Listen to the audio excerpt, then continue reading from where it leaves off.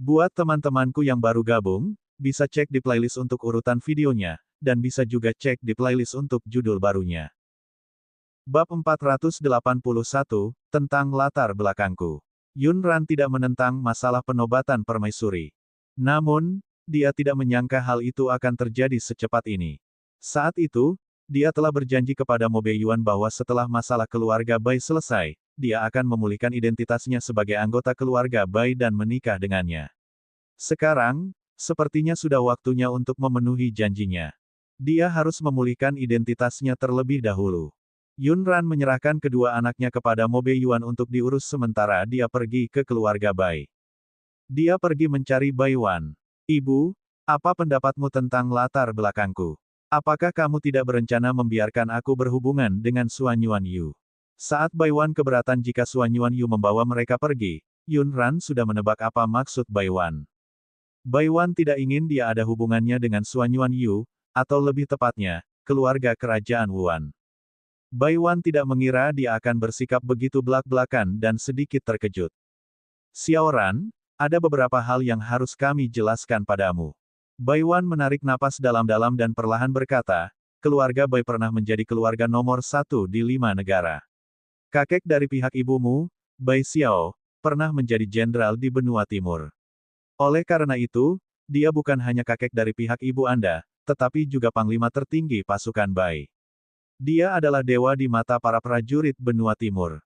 Selama pertempuran antara Wuan dan benua timur, pasukan benua timur menderita banyak korban karena mereka bersekongkol. Bahkan hingga saat ini, banyak mayat prajurit yang belum ditemukan. Sudah lama sekali, namun penderitaan banyak orang belum kunjung hilang. Jika mereka tahu bahwa Anda adalah keturunan Suan Yuan Yu dan Putri Wuan, tahukah Anda berapa banyak suara oposisi yang akan disuarakan? Yunran terdiam sejenak. Jadi akulah alasanmu mengucapkan kata-kata yang menyayat hati itu kepada Yu. Saat menyebut Suan Yuan Yu, sedikit rasa bersalah melintas di mata Baiwan. Tidak, itu semua bukan karena kamu.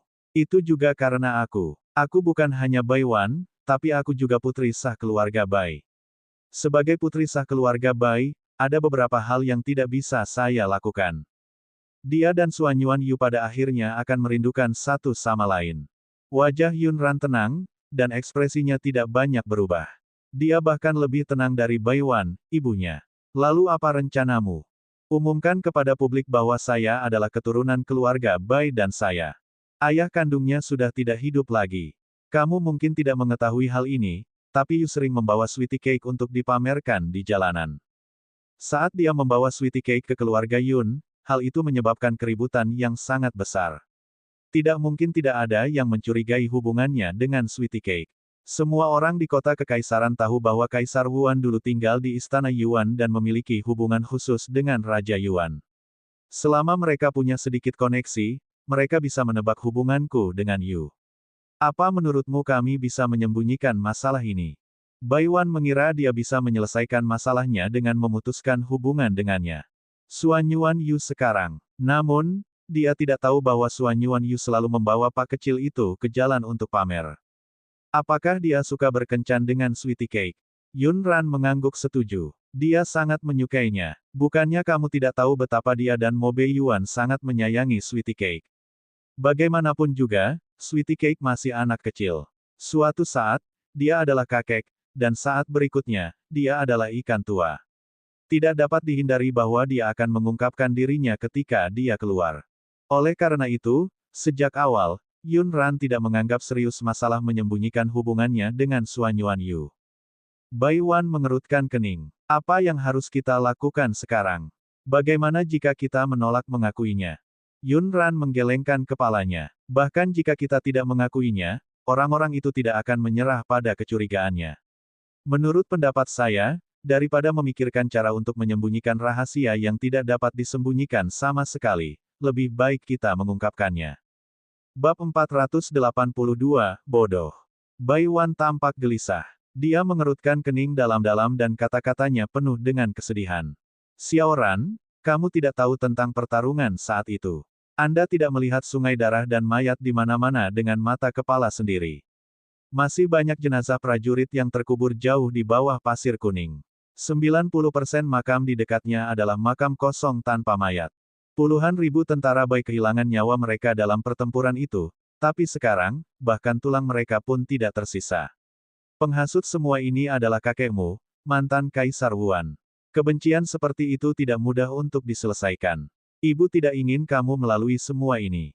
Apakah kamu mengerti? Yun Ran bisa merasakan kegelisahan dan kegelisahan di hati Bai Wan. Dia meletakkan tangannya di punggung tangan Bai Wan dan menepuknya dengan lembut. Matanya tegas dan tidak ada rasa panik.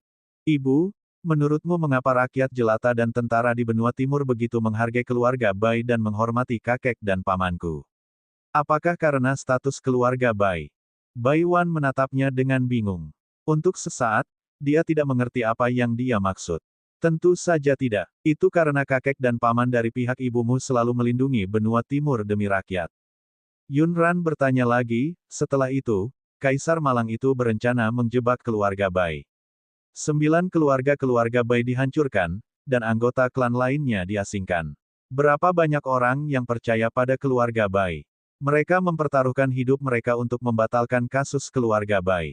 Berapa banyak menteri di pengadilan yang membela keluarga Bai? Bai Wan menjelaskan, mata-mata keluarga Bai itu bersembunyi di ketentaraan. Kakekmu memerintahkan mereka untuk tidak melakukan apapun untuk keluarga Bai jika terjadi sesuatu pada mereka. Mereka hanya perlu melindungi masyarakat benua timur. Adapun para menteri di istana kekaisaran. Bai Wan berhenti sejenak dan melanjutkan, menurutku mereka tidak ingin menimbulkan masalah. Dengan kata lain, banyak orang telah lama menunggu sesuatu terjadi pada keluarga Bai. Bagaimana mereka bisa membantu? Misalnya saja Yang Sok, Yun Ziyuan saat itu. Yun Ran berkata, lalu berapa banyak orang di benua timur yang kakekku ingin dirikan dan lindungi sebelum kematiannya benar-benar percaya bahwa keluarga Bai dianiaya setelah apa yang terjadi pada mereka. Bai Wan teringat saat dia pergi ke medan perang untuk mencari ayah dan saudara laki-lakinya setelah mengetahui bahwa sesuatu telah terjadi pada mereka. Tatapan rakyat jelata dipenuhi dengan kebencian terhadap keluarga Bai karena mengkhianati benua timur dan menyebabkan keluarga mereka hancur dan kehilangan tempat tinggal. Sepanjang jalan, yang paling banyak didengar Bai Wan adalah bahwa pengkhianat keluarga Bai pantas mendapatkannya. Mereka pantas mati. Itu adalah pembalasan. Ketika Bai Wan mendengar kata-kata itu, dia merasa seolah-olah ada batu besar yang menekan hatinya dan dia tidak bisa bernapas. Bahkan ketika dia memikirkannya sekarang, matanya tidak bisa tidak memerah. Mereka bodoh. Yun Ran mengangguk. Itu benar. Mereka memang bodoh. Sederhananya, kebanyakan orang hanya melihat benar dan salahnya suatu masalah hanya dari satu permukaan saja. Keluarga Bai seperti dewa bagi banyak orang. Ketika para dewa melindungi mereka, rakyat jelata akan percaya pada para dewa. Namun, ketika para dewa membuat mereka kehilangan sesuatu, mereka akan segera berubah menjadi kebencian. Ini juga alasan mengapa Kaisar Malang ingin menggunakan langkah ini untuk menangani keluarga Bai. Dia tahu bahwa ini adalah satu-satunya cara untuk menghancurkan sepenuhnya kepercayaan masyarakat terhadap keluarga Bai. Bai Wan sudah pintar sejak dia masih muda, jadi dia secara alami mengerti apa yang dimaksud Yun Ran. Xiao Ran, apakah kamu mencoba membujukku untuk tidak peduli dengan apa yang dipikirkan orang-orang ini? Bab 483, mereka semua akan memperlakukanku sebagai dewa. Yun Ran memang ingin membujuknya untuk lebih memikirkan dirinya sendiri. Karena dia sangat mencintai Xuan Yuan Yu, mengapa dia harus menolaknya begitu saja? Dia harus hidup lebih bahagia untuk dirinya sendiri. Tapi bukan itu saja yang ingin dia ungkapkan. Maksudku adalah, karena mereka percaya pada dewa, aku akan menjadi dewa di hati mereka. Biarkan mereka percaya padaku. Tidak peduli apakah aku berasal dari keluarga Bai atau garis keturunan Kaisar Wuan, mereka akan memujaku sebagai dewa. Itu akan menyelesaikan masalahnya. Bai Wan kaget dengan kata-kata Yun Ran. Butuh waktu lama baginya untuk sadar kembali. Dia tidak pernah berpikir bahwa ada cara untuk menyelesaikan masalah saat ini. Bai Wan duduk dalam keadaan linglung untuk waktu yang lama sebelum dia akhirnya memahami sesuatu. Ternyata dia selama ini menghindari masalah tersebut. Pada akhirnya, bukan saja ia tidak menyelesaikan masalahnya, ia malah menyakiti hati pria yang mencintainya. Sebaliknya, Yun Ran menghadapi masalahnya secara langsung. Bai Wan tiba-tiba tampak menjadi jauh lebih energik. Kerutan di wajahnya selama beberapa hari terakhir juga telah mereda. Xiaoran, apa rencanamu? Yunran meliriknya dengan lembut dan menutup sudut mulutnya untuk batuk. Menurutku kita harus pergi ke Wuhan dulu. Entah kenapa, Sweetie Cake berteriak bahwa dia ingin bertemu kakek dari pihak ibu beberapa hari terakhir ini. Dia menangis beberapa kali. Yunran tidak berbohong padanya. Pak kecil itu memang telah membuat masalah 2 kali dan akan mencari kakek dari pihak ibu sambil mengatakan bahwa dia merindukannya. Baiwan terjebak antara tawa dan air mata. Sweetie Cake sangat menyukai kakeknya ini. Dia dulu suka menempel padanya. Saat menyebutkan interaksi antara Pak kecil dan Suanyuan Yu, senyum tipis muncul di mata Yunran. Itu karena Yu tua menyayanginya. Sweetie Cake memakai serangkaian cincin penyimpanan di lehernya. Old Yu meminta seseorang untuk membuatnya. Saat mereka berdua pergi berbelanja, Yu tua berharap dia bisa beli seluruh jalan untuk Sweetie Cake. Dia melakukan semua yang dia bisa untuk menemukannya. Kue manis apapun yang dia inginkan. Dia sangat menyayanginya. Hati Baiwan meleleh menjadi bola. Dia orang yang seperti itu. Dia terlihat galak, tapi kenyataannya, dia suka memberimu segala macam hal baik. Apakah kamu ikut ke Wuhan bersama kami? Senyum Baiwan membeku. Dia menjilat bibir pucatnya dengan gugup. Xiaoran, aku mengucapkan banyak kata-kata menyakitkan padanya sebelumnya. Dia pasti sangat kecewa padaku dan mungkin tidak ingin bertemu denganku lagi. Ditambah dengan alasan Baiwan yang benar, Yunran bisa menebak apa yang dia katakan kepada Suanyuan Yu. Ini harusnya sangat serius. Kalau tidak, Suanyuan Yu tidak akan pergi begitu saja setelah mengganggunya begitu lama. Namun, Suanyuan Yu telah menunggu Baiwan selama 20 tahun. Bagaimana dia bisa menyerah begitu saja? Menurut pengamatan Yunran, dia belum menyerah sama sekali.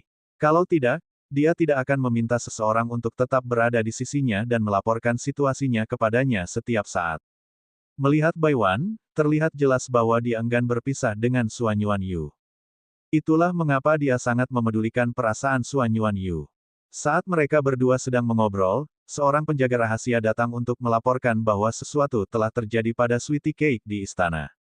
Ketika Yunran mendengar sesuatu telah terjadi pada Pak kecil itu, dia segera bergegas kembali ke istana. Baiwan mengikuti. Dia mendengar tangisan Pak kecil itu di luar aula. Yunran mempercepat langkahnya dan bergegas masuk. Ada apa dengan kue manis? Alasan Yunran sangat gugup adalah meskipun paket kecilnya terlihat seperti bayi cengeng, dia tidak terlalu suka menangis. Novel ringan. Baca light novel bahasa Indonesia. Istri Ghost King yang lancang dan cantik chapter 484 bahasa Indonesia. Bainita tanggal 31 Maret tahun 2024 Lea VA komen. Previous. Semua chapter. Next. A+ light mode, of perbaikan kata. Bab 484, Kakek akan mati. Penerjemah, Atlas Studios Editor, Atlas Studios. Ibu, kakek akan mati. Sweetie Cake tidak ingin kakek mati. Jika kakek meninggal, Sweetie Cake tidak akan memiliki kakek lagi. Pak kecil itu duduk di pelukan ayahnya. Matanya yang besar memerah, dan air mata mengalir di wajahnya. Bagaimana kakek bisa mati? Apa ibu tidak memberitahu Sweetie Cake? Kakek baru saja pulang. Jika Sweetie Cake merindukan kakek, ibu akan membawa Sweetie Cake untuk mencarinya. Yunran mengambil paket kecil itu dari pelukan Mo Beiyuan dan memeluknya untuk menghiburnya dengan lembut. Pekrat itu menangis sedih. Saat dia berbicara, dia sedikit kehabisan nafas. Dia tidak tahu sudah berapa lama dia menangis. Tetapi Bang Bang memberitahu Sweetie Cake bahwa kakek akan mati. Saat Pak Rat berbicara, dia menangis lagi.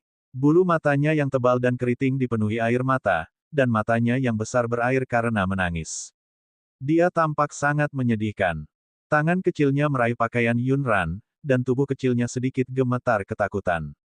Yunran mengira Pak Tikus itu bermimpi buruk tentang kecelakaan yang dialami Suanyuan Yu saat tidur siangnya. Tanpa diduga, ini melibatkan monyet itu. Bang Bang, apakah Bang Bang memberitahu Sweetie Cake bahwa sesuatu akan terjadi pada kakek? Monyet yang dibawa kembali oleh Pak kecil itu selalu berada di sisi Pak kecil itu. Pak kecil itu akan memainkannya ketika dia tidak ada pekerjaan. Ya, Bang Banglah yang memberitahu Sweetie Cake bahwa kakek akan mati. Sweetie Cake akan menyelamatkan kakek. Mata Pak kecil itu merah, dan dia terdengar seperti hendak menangis. Namun, semua orang mengerti maksudnya. Semua orang tahu bahwa Pak kecil itu tidak akan pernah berbohong. Mendengar ini, ekspresi Baiwan berubah. Dia mengepalkan tangannya dengan gugup, buku-buku jarinya menjadi sedikit pucat. Mengapa monyet berkata seperti itu? Menyadari bahwa segala sesuatunya tidak sederhana, wajah Yunran menjadi gelap. Monyet itu bukan monyet biasa. Dikatakan bahwa ia dapat melihat sesuatu pada saat-saat tertentu. Dia mengelus kepala Pak kecil itu dalam pelukannya. Kue manis, bisakah kamu membantuku menelepon Bang Bang? Yunran melirik ke sekeliling aula dan tidak melihat monyet itu, tapi Pak kecilnya seharusnya tahu di mana monyet itu berada. Benar saja, Pak kecil itu mengangkat tangannya yang gemuk dan menunjuk keluar aula. Bang Bang sedang tidur di taman yang indah di belakang. Sayang, ajak ibu mencari Bang Bang. Oke. Ya, tentu. Masih ada air mata di bulu mata Pakrat yang panjang dan lentik itu. Mungkin karena dia sudah menangis terlalu lama sebelumnya, Mo Beiyuan tidak membujuknya dengan baik. Sekarang, suara kekanak-kanakannya menjadi sedikit serak. Dengan Pak kecil di pelukannya, Yunran mengikuti sekelompok besar orang saat mereka bergegas menuju taman di belakang aula. Anak kecil itu berteriak ke taman, Bang Bang. Tidak lama kemudian, seekor monyet melompat keluar dari bebatuan. Pak kecil itu melambai ke arah monyet, dan monyet itu melompat ke depan mereka. Yunran memandang monyet surgawi spiritual dan bertanya, menurut Sweetie Cake, kamu memberitahunya bahwa kakek dari pihak ibu akan segera meninggal. Apakah kamu melihat sesuatu? Monyet surgawi spiritual menatap Yunran dan mulai mencicit. Oh, kakek Sweetie Cake, orang itu memang akan mati. Saya tidak pernah berbohong. Percaya atau tidak? Pak kecil itu juga menganggukkan kepalanya. Ya, Sweetie Cake juga percaya pada Bang Bang. Bang Bang tidak akan berbohong kepada Sweetie Cake karena Bang Bang adalah teman baik Sweetie Cake. Yunran menghibur si Pekrat dan menyuruhnya untuk tidak cemas. Kemudian, dia melihat ke arah monyet surgawi spiritual. Bukannya aku tidak percaya padamu, tapi aku ingin tahu sebab dan akibat. Kenapa kamu berkata begitu? Apa alasannya? Apa yang akan terjadi padanya? Bab 485, apakah semua kaisar begitu sengaja saat ini? Monyet surgawi spiritual mencicit lagi. Karena aku adalah monyet surgawi spiritual. Saya tahu masa lalu dan masa depan. Mengenai bagaimana orang itu akan mati, saya juga tidak tahu. Saya hanya dapat memberitahu Anda bahwa dia akan dipenggal pada hari salju.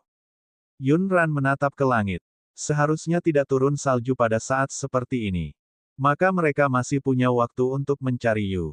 Selain Bun dan Sweetie Cake, yang juga bisa memahami spiritual Divine Monkey, yang lain hanya bisa menunggu Yunran selesai bertanya sebelum menyampaikannya kepada mereka.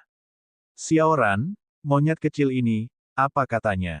Baiwan tampak cemas. Sejak dia mendengar kata-kata Sweetie Cake, dia merasa tidak nyaman. Dikatakan bahwa Yu akan dipenggal pada hari salju.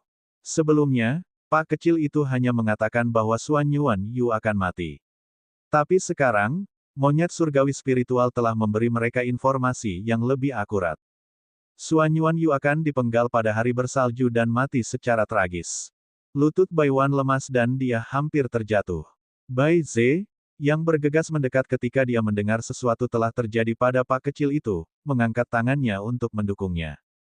Wan, ini baru bulan September. Tidak mungkin turun salju. Bahkan jika terjadi sesuatu. Xuan Yuan Yu, itu tidak mungkin terjadi secepat itu. Mata Yunran menjadi gelap. Itu benar, tetapi karena mereka sekarang tahu bahwa sesuatu akan terjadi pada Xuan Yuan Yu, mereka tidak dapat menundanya lebih lama lagi. Mereka harus pergi ke Wuhan secepat mungkin. Biarkan penjaga rahasia mengirim pesan terlebih dahulu dan memberitahu Yu untuk berhati-hati. Kami akan berkemas dan bersiap berangkat ke Wuhan. Baiklah, Ran. Kapan kamu berencana untuk pergi? Xuan Yuan Yu adalah ayah kandung Yunran dan kakek kandung dari kedua anaknya. Oleh karena itu, Mo Beiyuan tidak mungkin meminta mereka untuk tidak pergi. Sejak dia pergi, dia akan pergi bersama mereka. Yunran berkedip dan berkata dengan suara bingung, apakah kamu ikut dengan kami juga? Bagaimana dengan urusan kenegaraan benua timur? Bukankah kamu kaisar benua timur? Apakah semua kaisar begitu keras kepala saat ini? Yu seperti ini, begitu pula dia. Situasinya berbeda dengan Yu. Bagaimanapun, dia baru saja menjadi kaisar belum lama ini. Bukankah tidak pantas jika dia tiba-tiba pergi? Mo Beiyuan memandang Bai Ze dan berkata, tidak apa-apa. Jenderal Bai ada di sini. Bai Ze terdiam. Apa hubungannya ini dengan dia? Mungkinkah Mo Beiyuan ini memintanya untuk sementara waktu mengelola pemerintahan untuknya? Dia hanya seorang jenderal, dan dia baru saja mendapatkan kembali identitasnya. Bagaimana dia akan menangani urusan negara di benua timur? Bai Ze tersenyum pahit. Yang mulia, apakah Anda tidak terlalu yakin dengan saya? Mo Beiyuan berkata terus terang, kamu adalah paman tertua Ranran dan anggota keluarga Bai, jadi aku percaya padamu. Dia juga percaya bahwa dengan kemampuan Bai Ze, dia bisa menangani memorial yang berantakan itu. Setelah memastikan bahwa Bai Ze untuk sementara waktu bertanggung jawab atas pemerintahan di benua timur atas nama Mo Beiyuan, Yun Ran dan yang lainnya berkemas dan bersiap berangkat ke Wuhan. Pak kecil itu sangat cemas. Dia terus bergumam bahwa salju tidak bisa turun. Kue manis tidak menyukai salju. Jika Yun Ran mengingatnya dengan benar, Pak kecil ini pernah mendengar seseorang menyebut salju belum lama ini dan menantikan kapan salju akan turun setiap hari. Dia akan membuat manusia salju bersama saudara laki-lakinya dan bertarung bola salju. Setelah menyaksikan kemampuan spiritual Divine Monkey, Yun Ran memutuskan untuk membawanya. Mungkinkah monyet kecil ini bisa melihat sesuatu yang penting di saat kritis? Pak kecil itu juga sangat senang. Dia terus memegang spiritual surgawi. Ekor monyet, takut monyet kecil itu jatuh dari punggung Changluan. Bang bang, jangan takut. Sweetie Cake tidak akan membiarkanmu jatuh. Rombongan bersama seekor monyet berangkat ke Wuhan. Bab 486, Turun Salju. Kakek akan mati. Kapan Sweetie Cake akan bertemu kakeknya? Inilah yang paling sering ditanyakan oleh Pak kecil itu dalam perjalanan. Bai Wan dan Yun Ran sebenarnya cemas. Suan Yuan Yu bukan hanya kakek dari pihak ibu dari kedua anaknya tetapi juga pria yang dicintai Bai Wan dan ayah kandung Yun Ran. Namun, mereka tidak mengungkapkannya seperti yang dilakukan Pak kecil itu. Segera, kami akan dapat melihat kakek ketika kami mencapai kota kekaisaran Wuhan. Yun Ran terus menghibur si Pekrat dan meredakan kegelisahannya. Pekrat itu jelas ketakutan. Dia khawatir kakek dari pihak ibu akan benar-benar meninggal dan sangat ingin bertemu dengannya. Yun Ran mencoba mendapatkan lebih banyak informasi dari monyet surgawi spiritual, tetapi monyet surgawi spiritual mengatakan bahwa sekarang energi spiritualnya tipis, kemampuan prediksinya juga dibatasi. Hanya itu yang bisa dilihatnya. Oleh karena itu, yang satu bersalju, dan yang lainnya dipenggal. Semua orang sangat yakin bahwa selama tidak turun salju, semuanya akan tepat waktu.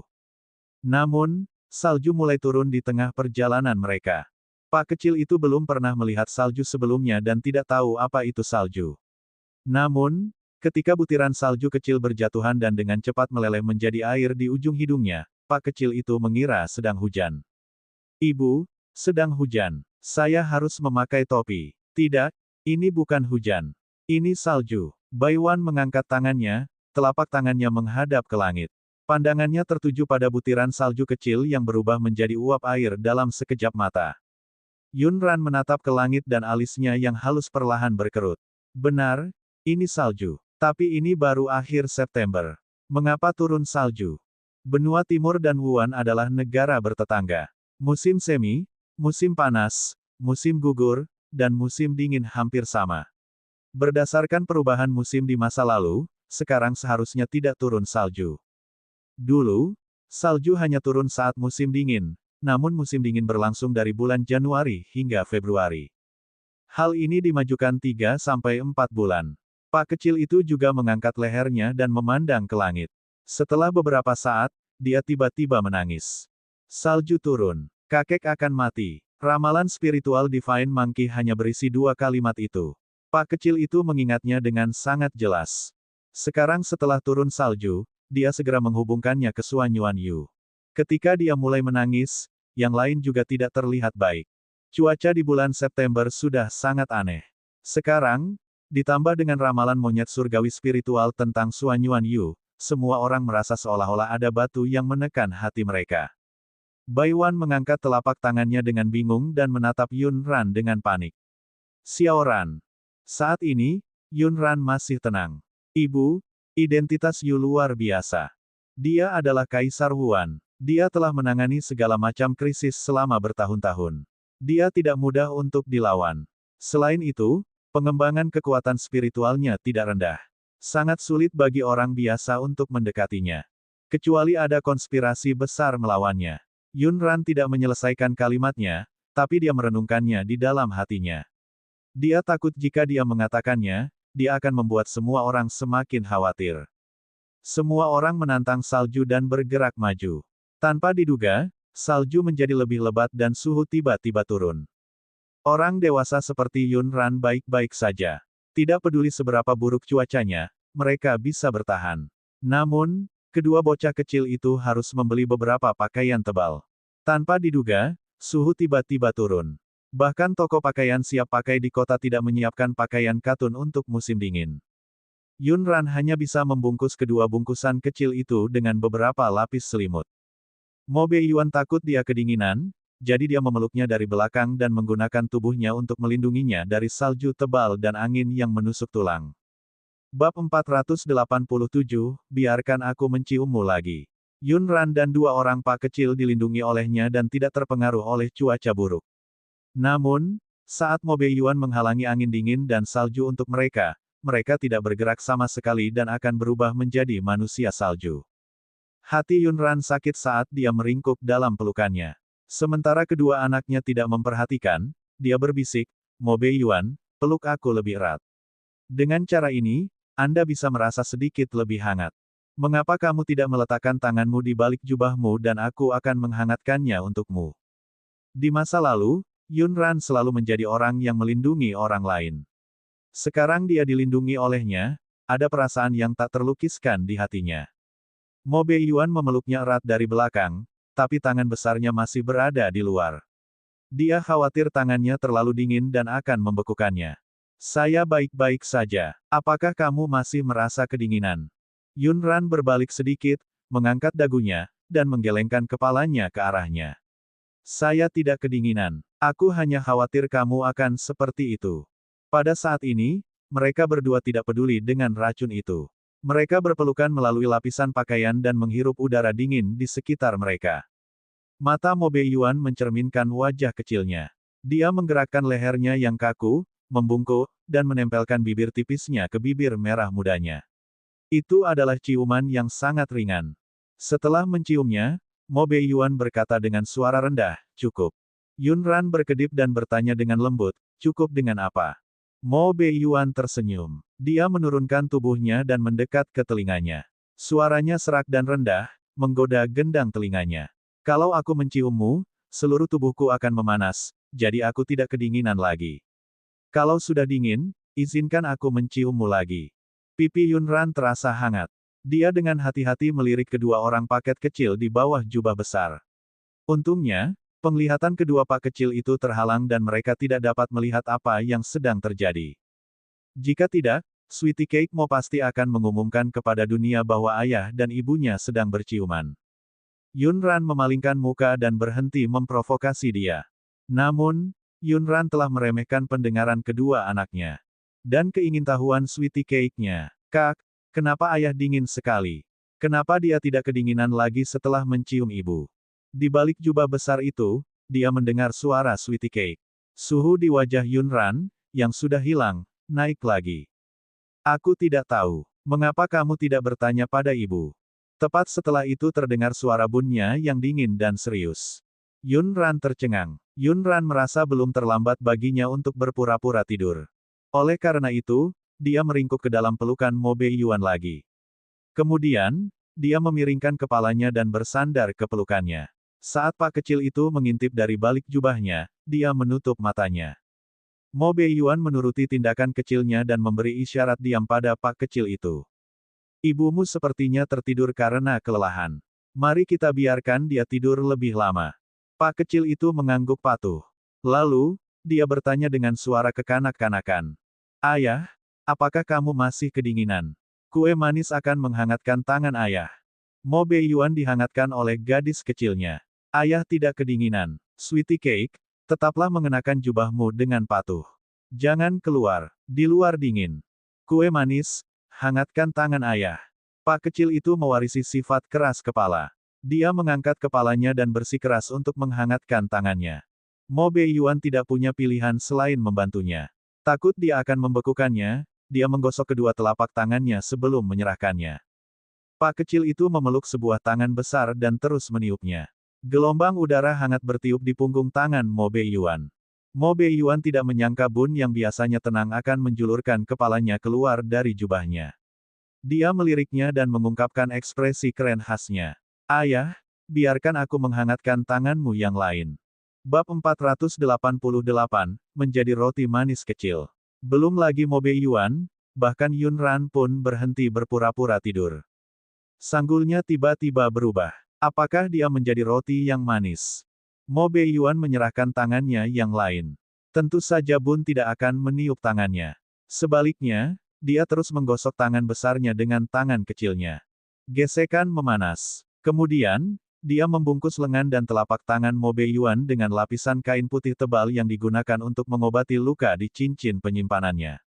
Ketika Little Sweetie Cake melihatnya melakukan ini, dia segera bersorak. Wow, saudaraku, kamu luar biasa. Dengan begini, ayah tidak akan kedinginan lagi. Maka kamu harus membungkus tangan ini dengan baik. Oke, dengan upaya gabungan dari dua bungkusan kecil itu, lengan dan tangan Mo Beiyuan dibungkus dengan tali kain. Ketika mereka sedang beristirahat, para penjaga rahasia melihat kedua lengan dan telapak tangan tuan mereka dan tercengang. Kapan guru terluka? Ini salahku karena tidak mengetahuinya. Yun Ran tersenyum. Dia tidak cedera. Kedua bungkusan kecil itu membungkusnya karena mereka takut dia kedinginan. Dan seseorang tidak sanggup merobohkannya. Kelompok tersebut secara bertahap beradaptasi dengan cuaca buruk dan bergegas melewati malam ketika salju berhenti. Mereka hanya ingin mencapai Wuan secepat mungkin dan melihat Xuan Yuan Yu dalam keadaan selamat. Namun, ketika cuaca terlalu bersalju, bahkan jika penerbangan binatang iblis terbang terpengaruh, mereka hanya bisa mendarat dan mencari tempat untuk beristirahat untuk sementara waktu. Kini, mereka telah sampai di perbatasan Wuan. Di penginapan dan kedai teh, topik perbincangan santai di kalangan rakyat jelata kebanyakan tentang Xuan Yuan Yu, Kaisar Wuan. Tidak ada yang berani mengatakannya dengan lantang. Namun, semua orang tahu bahwa cerita-cerita itu diam-diam merujuk pada Xuan Yuan Yu, tiran Wuan. Yang paling sering didengar Yuran adalah Xuan Yuan Yu tidak menyukai wanita dan menyukai pria. Oleh karena itu, harem Wuan selalu kosong. Tidak ada seorang wanita pun, apalagi anak-anak. Di benua timur, Bai Wan selalu mengkhawatirkan keluarga Bai, tapi dia hanya tahu sedikit tentang Xuan Yuan Yu. Dia tahu bahwa Yun Ran dilindungi oleh banyak orang yang ditinggalkan oleh Xuan Yuan Yu, jadi dia pergi ke tempat Yun Ran dan meminta penjaga rahasia untuk datang dan bertanya bagaimana Xuan Yuan Yu bisa mencapai posisinya selama ini. Mengapa semua orang mengatakan bahwa dia adalah seorang tiran? Pengaruh Bai Wan pada Xuan Yuan Yu sebagian besar berasal dari 20 tahun yang lalu. Dalam kesannya, Xuan Yuan Yu dan kata tiran tidak ada hubungannya sama sekali. Menurutnya, Xuan Yuan Yu terkadang sedikit tidak sabar. Yun Ran mengerti maksudnya dan juga sangat ingin tahu tentang bagaimana Xuan Yuan Yu, sang tiran, mendapatkan namanya, jadi dia meminta Jun Ye untuk datang dan membicarakannya. Dia mendengarkan dari samping. Jun Ye telah bekerja selama bertahun-tahun. Pekerjaan hari ini adalah yang paling sulit. Namun, dia pernah bersumpah bahwa dia akan memperlakukan Yun Ran sebagai tuannya dan tidak akan berbohong padanya. Dia hanya bisa menjawab dengan jujur, ketika guru naik tahta, saya masih muda dan tidak tahu banyak. Namun, saya mendengar dari para pelayan istana lama bahwa guru telah sangat menderita saat itu dan bahkan terluka parah. Pada saat itu, semua orang mengira guru mungkin tidak dapat hidup, tetapi pada akhirnya, dia selamat. Lalu kenapa dia disebut tiran oleh masyarakat 5 negara? Mata Bai Wan berkedip saat dia mendengar sesuatu hampir terjadi pada Xuan Yuan Yu. Dia berusaha menyembunyikan sakit hati di matanya, tapi suaranya mengkhianatinya. Jun Ye menatapnya dan perlahan berkata, saya kira masalah ini mungkin ada hubungannya dengan Anda, Nona Bai Wan. Bab 489, selamanya, jangan pernah berpisah. Ada hubungannya denganku. Mengapa ini ada hubungannya dengan ibuku? Bai Wan dan Yun Ran tercengang pada saat bersamaan. Jun Ye berkata, Guru telah mencari Nona Baiwan tanpa henti selama 20 tahun terakhir. Dia bersikap normal selama ini, tapi dalam beberapa tahun pertama, dia sedikit tidak sabar. Apa yang disebut kecemasan terwujud dalam banyak hal yang tidak normal bagi orang biasa. Guru sebenarnya tidak melakukan sesuatu yang kejam atau tidak bermoral. Hanya saja dalam beberapa tahun terakhir, dia sangat ingin menemukan Nona Baiwan dan memusatkan seluruh energinya pada masalah ini. Selalu ada orang yang mengirim wanita yang mirip Nona Baiwan ke istana. Setelah beberapa gadis memasuki istana, mereka tidak mau pergi dan bersikeras untuk tinggal di istana. Dengan kepribadian guru, bagaimana dia bisa membiarkan mereka tinggal? Beberapa gadis bahkan dengan sengaja menggunakan cara-cara kotor untuk memaksakan masalah ini. Saya ingat dengan sangat jelas bahwa pernah ada seorang wanita yang membius guru dengan obat kotor itu dan bahkan mengatakan beberapa hal buruk tentang Anda, Nona Baiwan. Dia membuat marah guru dan dia memerintahkan wanita itu untuk dibunuh. Seiring berjalannya waktu, berita tentang hal ini menyebar ke banyak mulut. Suan Yuanyu menjadi seorang tiran mesum yang menculik wanita dan suka menyiksa orang sampai mati. Baiwan hanya tahu bahwa Suan Yuanyu telah mencarinya selama 20 tahun, tetapi dia tidak tahu bahwa inilah cara dia mencarinya. Yunran menghela nafas saat mendengar ini. Kalau begitu, nama tiran itu, Yu, memang ada hubungannya dengan ibunya, Baiwan. Apakah dia menjalani kehidupan yang buruk selama ini? Suara Baiwan sedikit bergetar. Jun Ye meliriknya dan Yunran dan menjawab dengan jujur, putri sulung dan para bangsawan selalu pusing karena guru tidak memiliki anak, tetapi sikap guru sangat tegas setiap saat. Dia pernah berkata bahwa apakah itu 20 tahun atau sampai kematiannya, dia hanya memiliki Nona Baiwan di dalam hatinya. Selama bertahun-tahun, sangat sulit bagi guru untuk tertidur. Dia mengandalkan obat penenang dan dupa penenang yang diresepkan oleh tabib istana untuk tertidur. Tabib istana berkata bahwa guru telah mengidap suatu penyakit dan mempunyai penyakit mental yang sangat serius. Penyakit ini tidak berakibat fatal dalam waktu singkat, namun lama-kelamaan akan merusak fondasi tubuhnya. Saya telah berada di sisi guru selama bertahun-tahun. Waktu yang dia habiskan di rumah Yuan di benua timur seharusnya menjadi hari paling membahagiakannya selama bertahun-tahun. Baiwan mengingat kembali sumpah yang mereka buat saat mereka bersama. Selama sisa hidup kita, kita tidak akan pernah terpisah. Apapun yang terjadi, Baiwan dan Yu tidak akan terpisah. Tapi sekarang, hanya Suan Yuanyu yang menepati janjinya, dan dia telah melanggar sumpah mereka karena masalah lain. Baiwan gelisah selama beberapa hari terakhir. Pada saat ini, darahnya melonjak dan dia mengeluarkan seteguk darah. Huo Chanyi tidak mengikuti mereka dan tetap tinggal di kediaman Jenderal Bai Ze. Oleh karena itu, Yunran yang telah membuka-buka beberapa buku kedokteran, menilai situasinya secara kasar. Dia mungkin gelisah. Ditambah dengan fakta bahwa dia telah menekan emosinya selama beberapa hari terakhir. Namun, dia tidak punya obat apapun di sini, jadi dia hanya bisa meminta Bun datang dan mendiagnosis Baiwan. Diagnosis yang diberikan Bun pada dasarnya sama dengan diagnosis Yunran. Setelah Baiwan meminum obatnya, dia tidak ingin menunda perjalanannya. Segera, rombongan itu tiba di kota Kekaisaran Wuan. Dengan adanya Jun Ye, mereka memasuki istana tanpa ada penjaga yang menghentikan mereka. Saat ini, istana Kekaisaran Wuan sudah tertutup salju. Kepingan salju yang lembut dan ringan itu padat dan berkibar seolah jutaan sisik batu giok telah jatuh dari langit. Bab 490, kami berbicara tentang hidup dan mati Anda. Ibu, kue manis datang ke istana ini. Ada kursi yang indah di istana. Sweetie cake bahkan bermain di sana. Pak Pekrat mengingat kembali kenangannya saat datang ke istana Kekaisaran Wuan dan berbicara dengan suara kekanak-kanakan. Ya, istana ini adalah rumah kakekku. Aku akan segera bisa menemui kakekku. Petik 2. Saat Yunran mengelus kepala pak kecil itu, dia menggendongnya dan melompat dari punggung Changluan. Dia mengikuti Jun Ye dan melangkah ke istana. Kakek, kakek, kue manis ada di sini, kue manis ada di sini untuk menemui kakek. Pak kecil itu berteriak sekuat tenaga dengan suara kekanak-kanakan yang unik. Hampir di saat yang bersamaan, seseorang bergegas keluar aula. Sosok hitam tinggi tiba di depan Yunran seperti embusan angin. Kue manis. Tatapan Suan Yuanyu melewati anak laki-laki itu dan Yunran, yang sedang menggendong anak laki-laki itu. Akhirnya, Tatapannya tertuju pada Baiwan, yang berada di belakang Yunran, dan matanya dipenuhi dengan ekstasi. Sebelumnya, dia telah menerima kabar dari Jun Ye bahwa Yunran telah membawa 2 orang paket kecil itu ke Wuan untuk mencarinya. Namun, dia tidak menyangka Baiwan yang sudah bertekad meninggalkannya, kembali ke Wuan.